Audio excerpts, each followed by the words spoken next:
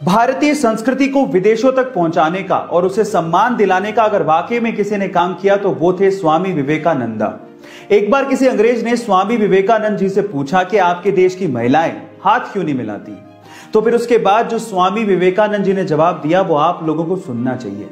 उन्होंने उस अंग्रेज से पूछा कि क्या आपके देश का कोई आम नागरिक आपके देश की महारानी से हाथ मिला सकता है। तो फिर उस अंग्रेज ने कहा नहीं, ऐसा पॉसिबल नहीं है। तो फिर स्वामी विवेकानंद जी ने पलटते हुए जवाब दिया, बस यही कारण है, हमारे देश की हर एक महिला महारानी के जैसी है और कोई आम इंसान उनसे हाथ नहीं मिला सकता। गाइस, आपको ये स्टोरी जान के कैसा लगा चैट सेक्शन में जरूर लिखिएगा। और अगर आपने महाभारत के किस्से सुने हैं तो आपने द्रौपदी के चीरहरण की कहानी भी सुनी होगी, जिसमें कृष्ण भगवान ने द्रौपदी के चीर यानी साड़ी को बढ़ाया था, जिसकी वजह से कौरव कुछ नहीं कर पाए थे। पर सवाल यह है कि कृष्ण भगवान ने ऐसा किया क्यों, तो उसके पीछे की कहानी सुनिए। जब कृष्ण भगवान ने सुदर्शन चक्र से शिशुपाल का वध किया था तो उस समय सुदर्शन चक्र की वजह से कृष्ण भगवान की उंगली भी कट गई थी। तब द्रौपदी ने अपनी साड़ी का पल्लू फाड़ के कृष्ण भगवान की उंगली पे बांधा था।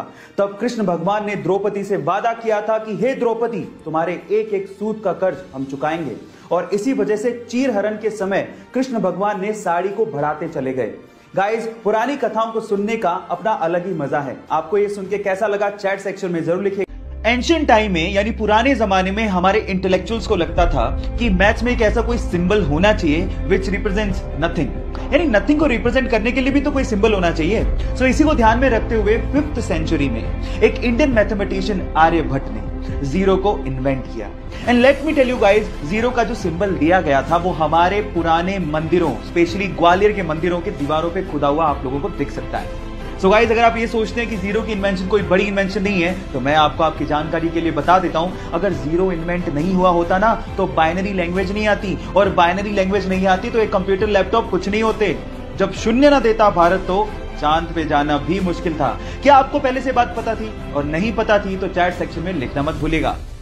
जब 13 अप्रैल 1919 को जलियांवाला बाग में जनरल डायर ने सैकड़ों निहत्तों पर गोलियां चलवा दी तो इस बाग से 40 किलोमीटर दूर एक गांव से 11 साल का बच्चा जलियांवाला बाग की तरफ पैदल निकल पड़ा और बाग में खून से सनी हुई मिट्टी को अपने हाथ में लेकर अंग्रेजों से आजादी के सपने देखने लगा।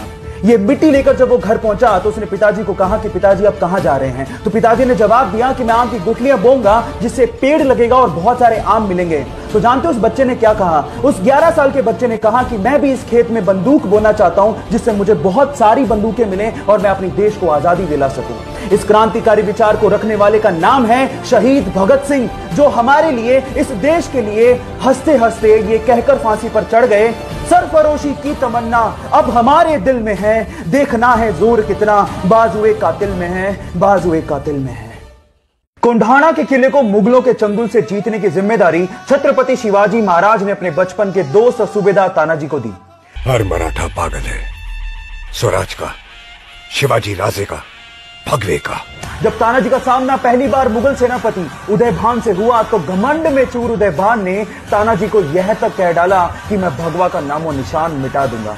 तब तानाजी ने जवाब दिया कि जिस रंग को आसमान दिन में 2 बार ओढ़ता हो उसे तू क्या मिटाएगा। अपनी चतुराई और अपने पराक्रम का परिचय देते हुए तानाजी और उनकी छोटी सी सेना ने मुगलों के चंगुल से कोंढाणा जिले को जीत तो लिया, लेकिन तानाजी वीर गति को प्राप्त हो गए। तब छत्रपति शिवाजी महाराज ने कहा था, गढ़ आला पर सिंह बोला। एक बार द्रोणाचार्य अपने 5 पांडव शिष्यों के साथ जंगल से जा रहे थे। उनके साथ एक कुत्ता भी था। अचानक से वो कुत्ता धनुर्विद्या का अभ्यास कर एक व्यक्ति को देख के तेज तेज भौंकने लगा, जिससे उस व्यक्ति को विघ्न होने लगा। अब उस व्यक्ति ने धनुष बाण उठाया और उस कुत्ते पर इस तरह से वार किया कि उस कुत्ते का पूरा मुंह तीरों से भर गया, लेकिन उसे घाव तक नहीं आया। अब ये चीज देखकर द्रोणाचार्य हैरान रह गए और उस व्यक्ति से पूछा कि तुमने धनुर्विद्या सीखी कहां से? तो उस व्यक्ति ने जवाब दिया कि आप ही की प्रतिमा को गुरु मानकर मैंने सारी की सारी धनुर्विद्या सीखी है।